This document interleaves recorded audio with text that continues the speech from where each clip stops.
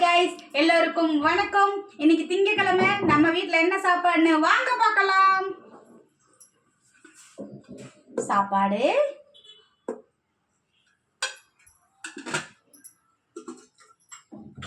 துவரம் பருப்பு கடைஞ்சிருக்கேன்.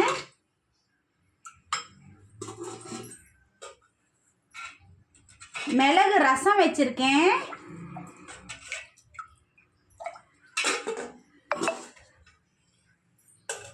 முட்டை பொடி மாஸ் பண்ணியிருக்கேன்.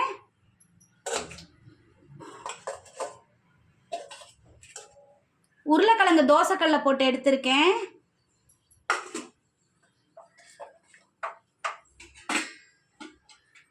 ராய் கூழ் இருக்கு.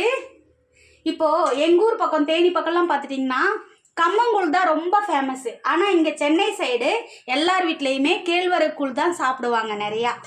எல்லாரும் வாங்க காய்ஸ்.